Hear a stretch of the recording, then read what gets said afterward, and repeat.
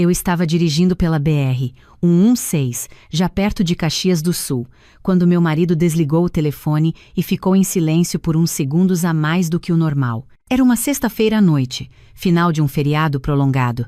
Nós três tínhamos passado 4 dias em Gramado. Eu, Marco e Lucas, meu filho de 9 anos que dormia no banco de trás com a cabeça escorregando devagar pelo cinto de segurança. Quem era? Eu perguntei sem tirar os olhos da estrada. Minha mãe. Só isso. Minha mãe. Com Marco, a forma como ele dizia essas 2 palavras já me dizia tudo o que eu precisava saber sobre o tom da conversa que tinha acabado de ter. O que ela queria? Ele ficou mais um momento em silêncio, olhando pela janela para o escuro da Serra Gaúcha passando lá fora. Disse que foi lá em casa, para deixar um presente para Lucas. Eu senti o estômago apertar. Um presente. Dona Célia e seus presentes. 3 anos atrás, o presente tinha sido um videogame que ela comprou sem perguntar. Mesmo depois de eu e Marco termos combinado que Lucas só ia ganhar um quando completasse 10 anos. 2 anos atrás, tinha sido um cachorro que ela trouxe numa caixinha de papelão. Um Golden Retriever filhote, sem consultar ninguém, e que ficou conosco porque Lucas já tinha se apegado antes de eu conseguir abrir a boca para dizer não. Antes disso, ainda tinha sido a bicicleta cor de laranja que ela comprou porque achou bonita, sem saber que Lucas já tinha uma que eu tinha guardado dinheiro durante 6 meses para comprar. Marco, eu disse com a voz mais calma que eu conseguia. O que ela fez? Ela não disse exatamente. Disse que foi lá deixar uma surpresa no quarto do Lucas e que ficou um tempinho arrumando as coisas. Arrumando as coisas.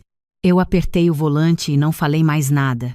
Eram ainda umas 3 horas até Porto Alegre. 3 horas para imaginar o que Dona Célia considerava arrumar as coisas no quarto do meu filho.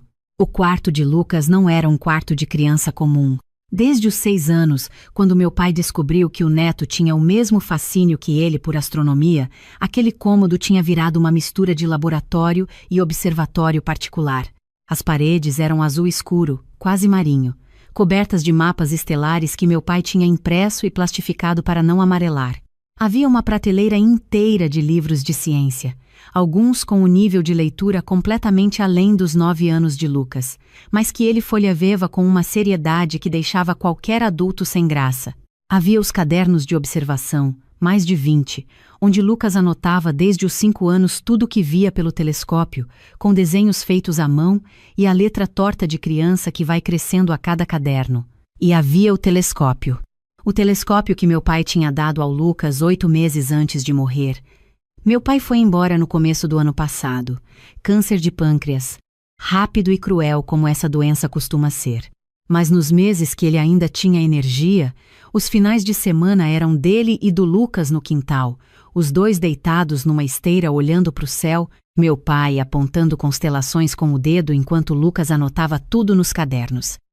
O telescópio era um Celestron, não o modelo mais caro do mundo, mas era bom. Era o que meu pai tinha economizado para comprar especialmente para o neto.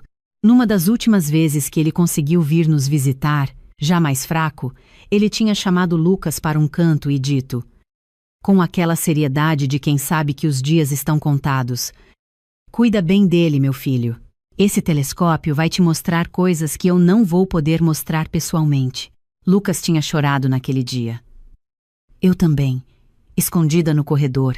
Desde que meu pai morreu, Lucas não dormia uma noite sequer sem tocar o estojo do telescópio antes de apagar a luz. Era o ritual dele. Era a forma que um menino de 9 anos tinha encontrado de continuar perto do avô. Cheguei em Porto Alegre às 11h30 da noite. Luzes do apartamento apagadas, tudo quieto. Eu queria acordar Lucas, levá-lo direto para o quarto dele para ver, mas Marco pediu para esperar até o dia seguinte. Ele está dormindo, deixa. Amanhã a gente vê. Eu não dormi bem. Fiquei com aquela sensação de que algo estava errado, como quando a gente esquece de desligar o fogão, mas não consegue lembrar ao certo se desligou ou não. De manhã, Lucas acordou antes de nós e foi direto para o quarto dele. Eu estava na cozinha fazendo café quando ouvi o silêncio, não um silêncio qualquer. O tipo de silêncio que uma criança faz quando algo está tão errado que ela não sabe nem como começar a reagir. Fui até o corredor. A porta do quarto de Lucas estava aberta. Eu parei na soleira. As paredes que eram azul escuro agora eram brancas. Não aquele branco sujo de tinta antiga, mas um branco novo, fresco, com o cheiro ainda presente de tinta látex.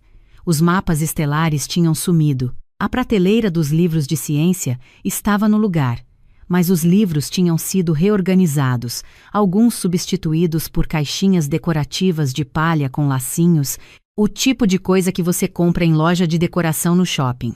A esteira que ficava dobrada no canto, a mesma esteira onde Lucas e meu pai deitavam para olhar para o céu, tinha sumido. No lugar havia um puff redondo cor de menta. A escrivaninha de Lucas estava diferente também. Os cadernos de observação, a pilha deles, aqueles mais de 20 cadernos de capa dura que Lucas guardava em ordem cronológica, não estavam mais lá em cima. No lugar tinha uma cesta organizadora com canetinhas coloridas e blocos de papel em branco. E na prateleira onde ficava o estojo do telescópio, o estojo preto com o logotipo do Celestron, que Lucas colocava sempre no mesmo lugar desde que ganhou, não havia nada, um espaço vazio. Um retângulo de poeira marcando onde o estojo costumava ficar. Mamãe, Lucas disse com a voz de quem está tentando não entrar em pânico. Onde estão meus cadernos? Onde está o telescópio do vovô? Eu não conseguia falar. Eu olhava para aquele quarto branco e desconhecido e sentia uma tontura que não era física. Fui até a sala. Marco estava sentado no sofá com o celular na mão, mas eu sabia que ele já estava sabendo, pela expressão que ele fez quando me viu, uma expressão que era metade culpa e metade medo da minha reação. Liguei para a Dona Célia. Ela atendeu no segundo toque com uma animação que me fez apertar o telefone com mais força. Gabriela, vocês chegaram? E então, Lucas viu o quartinho novo?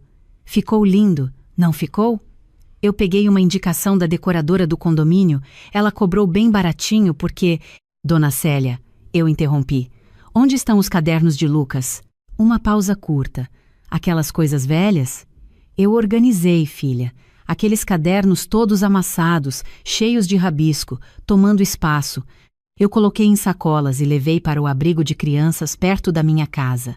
As crianças de lá vão adorar. Eu senti o chão afundar debaixo dos meus pés. E o telescópio? Outra pausa, dessa vez um pouco mais longa.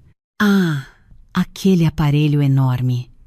Filha, aquilo tomava metade do quarto. Eu doei para a escola do bairro.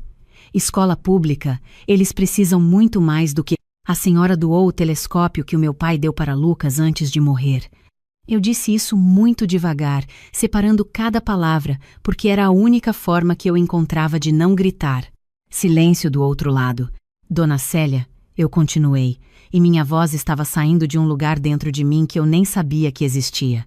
Aquele telescópio era a última coisa que meu pai deu para o meu filho. Era a coisa mais importante que Lucas tem. E a senhora doou. Gabriela, eu não sabia que era assim tão importante. Eu pensei. A senhora não pensou. Eu cortei. A senhora nunca pensa. A senhora age e depois explica. Filha, eu só queria ajudar. O quarto estava tão bagunçado, tão escuro com aquelas paredes. Uma criança precisa de um ambiente alegre, organizado, colorido. Com licença, Dona Célia. Desliguei. Fiquei ali parada na sala por uns 2 minutos, respirando. Lucas tinha vindo até a porta da sala e estava me olhando com aquela expressão que crianças fazem quando percebem que algo grave aconteceu e não sabem se devem perguntar. Marco estava de pé agora, parado no meio da sala com os braços caídos. Ela doou o telescópio do vovô, ele disse. Mais uma afirmação do que uma pergunta. Ela doou o telescópio do vovô, os cadernos, a esteira e pintou o quarto de branco. Lucas foi até mim, devagar, e segurou minha mão. Mamãe, a gente acha o telescópio. Eu me abaixei na altura dele. Olhei para aqueles olhos que eram iguais aos do meu pai, aquele mesmo castanho claro que parecia mudar de tom dependendo da luz. A gente vai achar, eu disse. Eu prometo. Ele assentiu, com uma seriedade que doeu em mim. Marco, eu me levantei. Preciso que você ligue para sua mãe e descubra exatamente para qual escola ela doou o telescópio e qual abrigo recebeu os cadernos. Ele pegou o celular sem discussão. Enquanto ele ligava, eu fui até o quarto de Lucas e fiquei olhando para aquelas paredes brancas. Meu pai tinha ajudado Lucas a escolher aquele azul escuro. Os dois tinham passado uma tarde inteira em uma loja de tintas comparando amostras. Lucas tinha voltado para casa com um papel cheio de retângulos coloridos e meu pai tinha apontado para um específico e dito: "É esse. É a cor do céu de madrugada, quando as estrelas estão todas visíveis e nenhuma ainda sumiu." Lucas tinha repetido essa frase para a professora de artes na semana seguinte. A professora tinha me ligado para contar. Emocionada, sentei na cama do meu filho, naquela cama com a colcha nova que Dona Célia tinha colocado, cinza e menta, tão genérica que poderia estar em qualquer quarto de qualquer criança do Brasil, e deixei as lágrimas virem. Não gritos, não soluços. Só lágrimas caindo pelo rosto enquanto eu olhava para o retângulo de poeira na prateleira onde o estojo do telescópio costumava ficar. Marco apareceu na porta uns 10 minutos depois com o rosto tenso. Os cadernos foram para o abrigo São Francisco, na Vila Jardim. O telescópio foi para a Escola Estadual Marechal Floriano, aqui na Zona Norte. Eu me levantei, enxuguei o rosto. Vou agora. Gabriela, é sábado de manhã. A escola está fechada. Então eu vou no abrigo primeiro. E você vai ligar para sua mãe e dizer que ela tem até segunda-feira para reverter o que puder. A pintura do quarto, as coisas novas que ela comprou, tudo isso ela resolve com ela. Mas o telescópio e os cadernos são minha responsabilidade. E o que você quer que eu faça agora? Ele perguntou. Quero que você venha comigo. Ele não discutiu. Lucas também insistiu em vir. Colocamos ele no banco de trás, o mesmo banco de trás de sempre, e saímos para a zona norte da cidade numa manhã de sábado cinza e fria como Porto Alegre sabe fazer. O abrigo São Francisco ficava numa rua tranquila, numa casa antiga adaptada, com um jardim bem cuidado na frente. Uma placa de madeira pintada de azul indicava o nome. Toquei a campainha. Uma mulher jovem, de uns 20 e poucos anos, com um jaleco verde e um crachá no pescoço, abriu a porta. Sim, bom dia. Meu nome é Ana. Na quinta-feira, uma mulher chamada Célia trouxe aqui umas sacolas com cadernos de criança e alguns brinquedos. Eu preciso falar com alguém responsável. A jovem piscou. Pode aguardar um momento? Esperamos no jardim. Lucas ficou olhando para as janelas do abrigo com aquela concentração de criança que está tentando juntar os pedaços de uma situação que ainda não compreende completamente. Saiu uma senhora de uns 55 anos, cabelo grisalho cortado curto, com uma expressão de quem já viu muita coisa na vida e raramente se surpreende. Eu sou a diretora Solange. Em que posso ajudar? Expliquei tudo. A viagem, a sogra, os cadernos, o telescópio. Falei sobre meu pai. Falei sobre os rituais de Lucas, sobre os 20 e tantos cadernos preenchidos à mão, sobre o que eles representavam. Solange ouviu tudo sem me interromper. Quando terminei, ela ficou quieta por um momento, olhando para Lucas. Esses cadernos, ela disse devagar. Você anotava o que via no telescópio? Lucas assentiu. Desde quando? Desde os 5 anos. Quando meu vovô me ensinou. Solange respirou fundo. Vem comigo. Nos levou para um depósito nos fundos do abrigo. Uma sala grande com caixas empilhadas, prateleiras com material doado, roupas dobradas em sacolas plásticas. Ela andou até um canto e apontou para 3 sacolas pretas. Chegaram quinta à tarde. A gente ainda não tinha distribuído nada porque o responsável pelas doações estava de folga. Vai até segunda. Abri as sacolas com as mãos tremendo. Os cadernos estavam lá. Todos eles, empilhados sem nenhum cuidado, alguns com as capas amassadas da forma como tinham sido enfiados. Mas estavam lá. Lucas se ajoelhou no chão do depósito e começou a empilhar os cadernos no colo com uma delicadeza que me fez engolir o choro que estava tentando subir. Todos? Eu perguntei para ele. Ele foi contando. 1, 2, 5, 10. Contou 2 vezes. Todos, mamãe. Todos os 23. Pedi licença a Solange, que acenou com a cabeça com uma compreensão que eu não precisei verbalizar. Carregamos as sacolas até o carro. Lucas ficou segurando 2 cadernos no colo durante todo o percurso, como se precisasse de um contato físico para acreditar que eram reais. Mas o telescópio ainda não estava conosco. Liguei para a secretaria da Escola Estadual Marechal Floriano e, como esperado, a gravação me disse que o horário de atendimento era de segunda a sexta. Marco procurou o número do diretor no site da escola. Não tinha. Procurei nas redes sociais da escola, achei um perfil desatualizado com uma última postagem de 8 meses atrás. Vamos ter que ir lá pessoalmente na segunda, eu disse. Marco estava com o volante entre as mãos, olhando para o para-brisa. Você sabe que minha mãe não fez isso com maldade, ele disse. Eu sei. Ela só não pensou. Marco, eu me virei para ele. O problema não é se ela pensou ou não pensou. O problema é que ela entrou na nossa casa sem permissão, mexeu nas coisas do nosso filho sem nos consultar e jogou fora objetos que tinham um valor que ela não se deu ao trabalho de descobrir antes de agir. A intenção dela não muda o estrago que ela causou. Ele ficou em silêncio. E tem outra coisa, eu continuei. Isso não é a primeira vez, nem a segunda, nem a terceira. É um padrão, Marco. E enquanto a gente não fizer nada de concreto, vai continuar sendo um padrão. O que você quer fazer? Segunda-feira de manhã, eu ligo para o chaveiro. Ele não respondeu por um longo tempo. Então ele disse baixinho: Tá bom. Passamos o fim de semana em casa.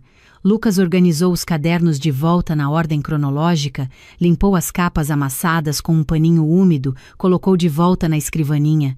Mas toda vez que ele olhava para a prateleira vazia, eu via aquele olhar ir e voltar, como uma ferida que a língua não consegue parar de tocar. Na segunda-feira de manhã, fiz 2 coisas antes das 9 horas. Primeiro, liguei para o chaveiro. Troquei as 2 fechaduras do apartamento, a da porta principal e a do portão da garagem. Custou R$ 480. Não pedi a chave de volta para Dona Célia, porque ela com certeza teria feito uma cena. Simplesmente troquei. Segundo, Marco e eu fomos à Escola Marechal Floriano. A diretora se chamava Professora Margarida, uma mulher de uns 60 anos com óculos de aros vermelhos e uma energia de quem administra a escola pública há décadas e não tem mais paciência para joguinho. Ela nos recebeu na sala dela com a porta aberta, o que me pareceu um bom sinal. Contei a história. Ela ouviu com uma expressão neutra que ia ficando progressivamente mais preocupada. Esse telescópio, ela disse, quando terminei. Você tem alguma foto? Algum comprovante de que é de vocês? Abri o celular e mostrei para ela uma foto que meu pai tinha tirado no dia que deu o telescópio para Lucas. Os 2 juntos, Lucas segurando o estojo com os 2 braços porque era quase do tamanho dele, meu pai com a mão no ombro do neto, os 2 sorrindo para a câmera. A foto estava tirada no quarto de Lucas. Dava para ver ao fundo a prateleira, a esteira, as paredes azul escuro. Margarida olhou para a foto por um bom tempo. Quem trouxe aqui foi uma senhora de uns 60 e poucos anos, cabelo loiro, disse que era doação da família. Era minha sogra. Ela não tinha autorização nenhuma para fazer isso. A diretora tirou os óculos, limpou as lentes com a barra da blusa, colocou de volta. Recebemos a doação quinta-feira. Eu mesma não estava, foi minha vice que assinou o recibo. O telescópio foi colocado no laboratório de ciências, mas o laboratório está em reforma até o final do mês. Acredito que ainda está lá guardado. O coração que tinha afundado começou a subir de volta. Ela se levantou e nos pediu para aguardar. Saiu, voltou 5 minutos depois. Está lá. O professor de ciências não chegou a usar ainda porque a reforma não terminou. Se você trouxer algum documento que comprove que é de vocês, eu libero. Voltei em casa, imprimi a nota fiscal que meu pai tinha guardado junto com o manual do telescópio e que eu havia encontrado na caixinha de documentos dele depois que ele morreu. Voltei à escola 40 minutos depois com a nota fiscal e com a foto no celular. Margarida comparou os números de série. Conferiu 2 vezes. Está bom, ela disse. É de vocês. O vice-diretor trouxe o estojo, o mesmo estojo preto com o logotipo do Celestron. Eu o abri ali mesmo para verificar. Estava intacto. As lentes, o tripé desmontado, o manual com as anotações que meu pai tinha feito a lápis nas margens, tudo. Obrigada, eu disse para Margarida, e minha voz saiu mais fina do que eu queria. Ela me olhou com uma expressão que não era pena, era reconhecimento. Essas coisas que ficam. Ela disse, as coisas das pessoas que a gente perdeu, elas importam.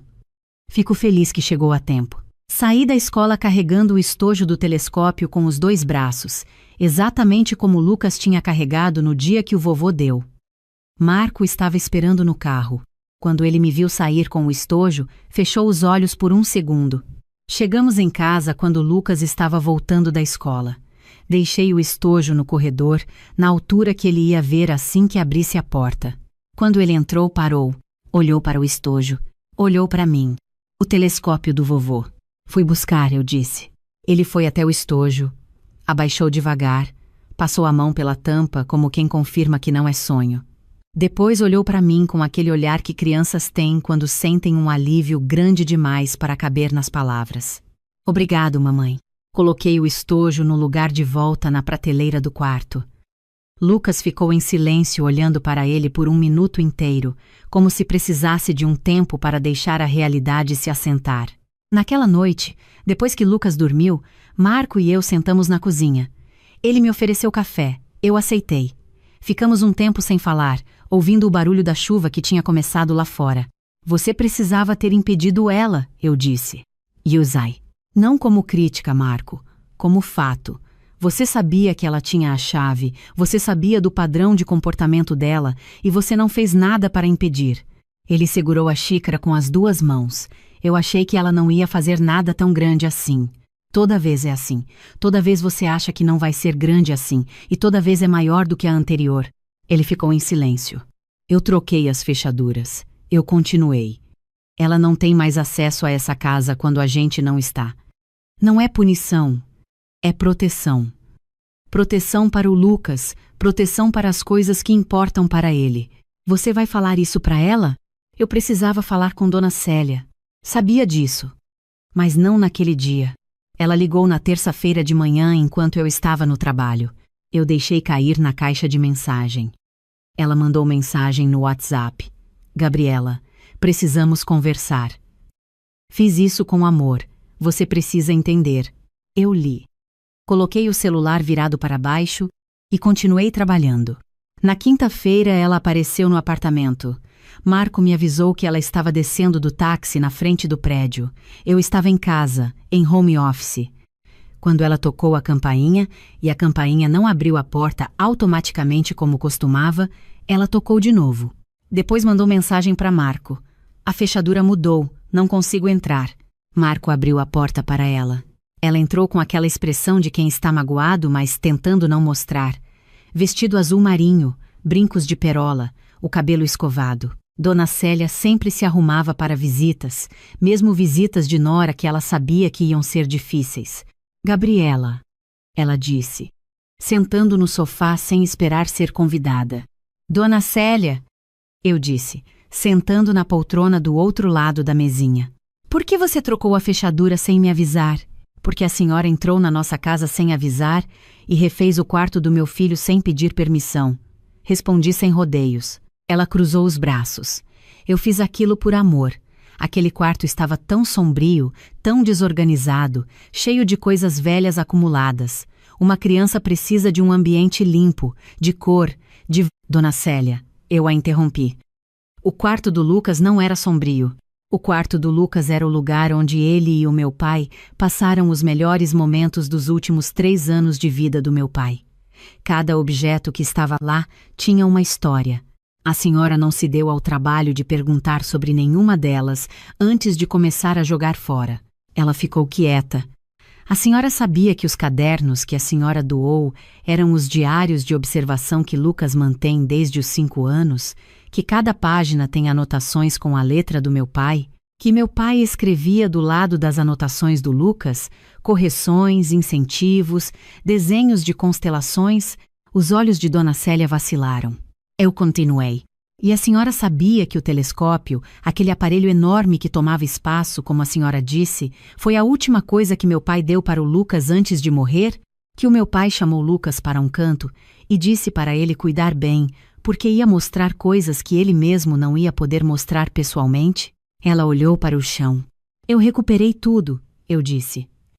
Os cadernos estavam no abrigo, o telescópio estava na escola. Mas a senhora tem que entender que eu não devia precisar fazer isso.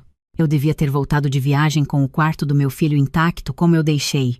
Gabriela, eu juro que não sabia. Eu sei que a senhora não sabia. Esse é o problema. A senhora age sem saber, sem perguntar, sem considerar que as pessoas têm histórias que a senhora não conhece, valores que a senhora não compartilha, formas de organizar a vida que não precisam da aprovação da senhora para serem válidas. Ela ficou em silêncio por um longo tempo. Lá fora, ouvia-se o barulho da rua, um ônibus passando, crianças saindo de uma escola próxima. O quarto ficou feio? Ela perguntou finalmente, com uma voz pequena que eu não esperava. Não é uma questão de feio ou bonito, Dona Célia. É uma questão de que aquele quarto não era dela para reformar. Era do Lucas. Ela passou os dedos entrelaçados no colo. Posso pedir desculpas para ele? Lucas chegou da escola às 5 da tarde. Dona Célia ainda estava lá, tomando um chá que Marco tinha feito. Quando Lucas entrou e viu a avó, ele parou por um segundo. Lucas, sua avó quer falar com você. Ele jogou a mochila no corredor e foi até a sala. Dona Célia se levantou do sofá e foi até ele, e eu vi naquele movimento a mulher tentando diminuir a distância que ela mesma tinha criado. Lucas, meu amor, a vovó errou muito. A vovó entrou no seu quarto sem pedir licença e mexeu nas suas coisas sem perguntar para você. Isso estava errado. Lucas a olhou com aquela seriedade que os adultos às vezes esquecem que crianças de 9 anos são capazes de ter. A senhora jogou fora as coisas do vovô José, ele disse. Ela fechou os olhos por um momento. Joguei. Não sabia o que eram, mas devia ter perguntado antes. Fui muito precipitada. Lucas ficou pensando por alguns segundos. Dava para ver o processamento acontecendo, a balança interna de uma criança que ainda está aprendendo a diferença entre perdoar e fingir que não doeu. A mamãe achou tudo de volta? Achou. Então tá bom. Mas não faz de novo, vó. Dona Célia se abaixou e abraçou o neto. Ele deixou ser abraçado com a rigidez característica de criança que ainda não decidiu completamente se quer ou não, mas depois de um segundo, colocou um braço no ombro dela. Quando ela foi embora naquela tarde, Marco a acompanhou até o elevador. Eu ouvi os dois conversando no corredor, a voz baixa dele, a voz dela que ainda tinha um rastro de mágoa misturado com algo mais suave, mais refletido. Quando Marco voltou, ele se sentou ao meu lado no sofá. Ela disse que vai ajudar a repintar o quarto de volta para o azul escuro. Quem vai escolher a cor é o Lucas. Ele sorriu de lado. Eu sei. Eu já disse isso para ela. Fiquei olhando para ele. Marco, você precisava ter sido mais firme antes. Com ela, comigo, com essa situação toda. Não agora. Agora você fez o que precisava ser feito. Mas antes, nas outras vezes, você sempre ficou no meio. E ficar no meio é uma escolha também. Ele não desviou o olhar. Eu sei disso. Porque da próxima vez que acontecer alguma coisa assim, eu preciso que você esteja do meu lado antes de chegar ao ponto que chegou dessa vez. Da próxima vez eu estou. Podem ter certeza disso.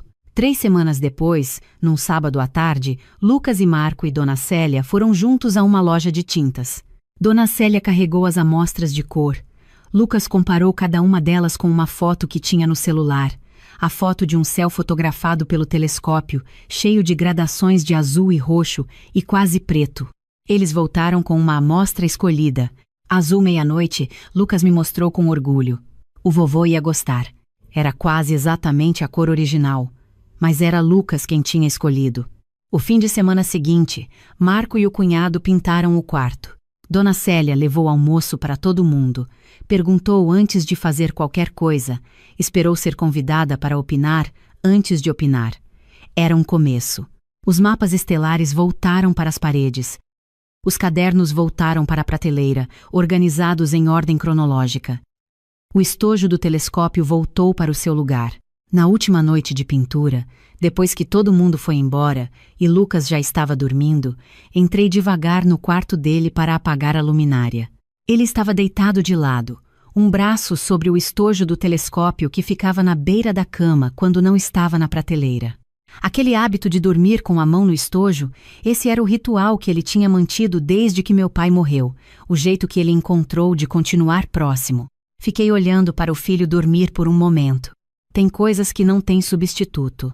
Não porque sejam caras, não porque sejam bonitas, não porque ninguém mais pudesse ter uma igual, mas porque tem um tempo dentro delas, um tempo que não volta, palavras que foram ditas junto com elas, mãos que as seguraram antes das suas. Quem decide o valor de um objeto não é quem o vê de fora, é quem vive com ele. O que eu aprendi com tudo isso é que proteger o que é seu não é egoísmo. Que às vezes a gentileza mais importante que você pode ter com alguém que ama é dizer não claramente, sem desculpas. Que estabelecer limites não é fechar portas, é ensinar para as pessoas como entrar direito. E que meu filho vai crescer sabendo que as coisas que importam para ele são levadas a sério pela mãe. Que o que ele sente tem peso. Que ele tem voz dentro da própria casa. Isso vale qualquer reforma, qualquer tinta nova, qualquer chave trocada. Apaguei a luminária e fechei a porta com cuidado.